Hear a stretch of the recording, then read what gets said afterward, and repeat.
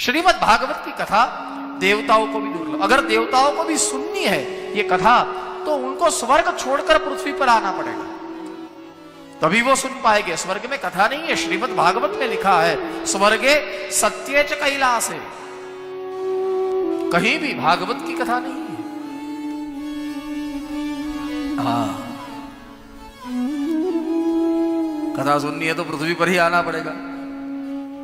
और मैं तो, मुझे बड़ी प्रसन्नता होती है कहते कि अभी जो सुननी है तो बीडी के ग्राउंड में ही आना पड़ेगा, कहीं कथा नहीं है, देवताओं को भी सुननी। और क्या पता ये श्रोताओं में से कोई देवता भी बैठा हो सुनने के लिए, क्या पता।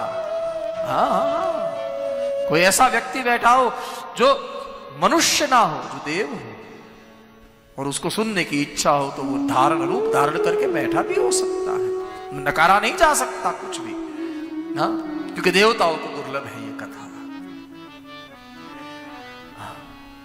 फिर तो भक्ति महारानी की चर्चा की गई श्रीमद् भागवत के महात्म्य में कि भक्ति के दो पुत्र है, भक्ति का एक पुत्र है उसका नाम है वैराग्य, और भक्ति का एक पुत्र है उसका नाम है ज्ञान। मगर आश्चर्य यह है, माता युवान है, पुत्र वृद्ध है। देखो, पुत्र दोनों वृद्ध है, माता युवान है, ऐसे कैसे हुआ? बोले भक्ति महारानी का जन्म हुआ द्रविड़ में। हाँ, द्रविड़ में जन्म हुआ उनका, यानी दक्षिण में जन्म हुआ भक्ति महारानी का। उत्पन्ना द्रविड़े साहम, कर्नाटक में वृद्धि हुई उसकी भक्ति की, इसी स्थान की चर्चा है। भागवत में कर्नाटक शब्द है। हाँ जी, वृद्धिम कर्नाटके गता।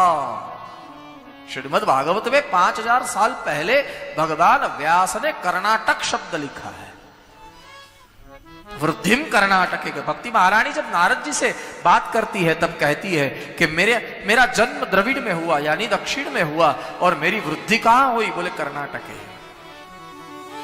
वृद्धिम कर्नाटके गता, क्वचिन क्वचिन महाराष्ट्रे, महाराष्ट्र में कहीं कहीं मेरा सम्मान हुआ, और गुर्जरे जीर्णता गता, गुजरात में आई तो मैं जीर्ण हो गई, जीर्ण यानी वृद्ध हो गई। कई लोग ऐसा कहते हैं गुजरात की भक्ति वृद्ध हो चुकी है, नहीं, वृद्ध का अर्थ है गुजरात की भक्ति परिपक्व है। गुजरात की भक्ति का अर्थ है मां है। हाँ, कई लोग कहते हैं कि गुजरात की, ये भागवत में ही लिखा है कि गुजरात की भक्ति वृद्ध हो चुकी है। नहीं ना, ऐसे कैसे मैं जाने दूंगा? हाँ, ऐसे कैसे जाने दूंगा?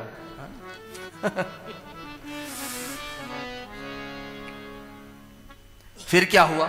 बोले गुजरात में मैं जीर्ण हो गई, वृद्ध हो गई। मेरे दो पुत्र भी मेरे साथ चलते रहते हैं। कौन से? बोले ज्ञान और वैराग्य, वो भी वृद्ध होने लगे मेरे साथ। स्वाभाविक है, माँ जैसे जैसे वृद्ध होगी वैसे पुत्र भी तो आगे बढ़ेंगे तो वृद्ध होंगे। वृद्ध होते होते होते मैं दोनों को लेकर चल रही थी और मैं वृंदावन में गई। अब जैसे ही भक्ति ने कहा कि मैं वृंदावन में गई, तो वृंदावन में क्या हुआ? बोले वृंदावनस्य संयोगात्, जैसे ही मैंने वृंदावन की धरती पर, धरा पर पैर रखा तो मैं फिर से युवान हो गई। देखिए, हाँ, पुनस्त्वम तरुणीम नवा, मैं फिर से युवान हो गई। मगर तकलीफ ये रही कि मैं तो युवान हो गई मगर मेरे दोनों पुत्र वृद्ध रह गए, मूर्छित पड़े हैं, मूर्छित, न अचेत पड़े हैं, कुछ हलन चलन नहीं है उसमें, न तो वैराग्य में न तो ज्ञान में। नारद जी को कहा गया कि नारद जी, अब आप कोई ऐसा उपाय करिए जिससे मेरे ये दोनों पुत्र जीवंत हो, चेतनावंत हो। और फिर भागवत जी की कथा सनत कुमारों ने गाई, और वो सनत कुमारों ने नारद जी को माध्यम बनाकर भक्ति महारानी को वो कथा सुनाई। ये पूरा एक वृत्तांत है भागवत में। मेरे पास अभी बहुत वक्त नहीं है इसलिए मैं नहीं कह पा रहा हूं। ज्ञान और वैराग्य दोनों जो अचेत पड़े थे वो श्रीमद् भागवत की कथा सुनने से चेतनामयी हो गए। इसका एक अध्यात्म अर्थ है, हम में ज्ञान भी है, हम में वैराग्य भी है और हम में भक्ति भी है। तीनों हमारे में है, मगर क्या है, हमारी भक्ति कभी कभी जागृत होती है, ज्ञान और वैराग्य हमारे सोए हुए हैं। भागवत की कथा सुनने से क्या होगा, वो भक्ति तो तरुणी नवा, भक्ति तो युवान हो ही जाएगी, मगर जो ज्ञान और वैराग्य जो अंदर अचेत पड़े हुए हैं वो भी जागृत हो जाएंगे।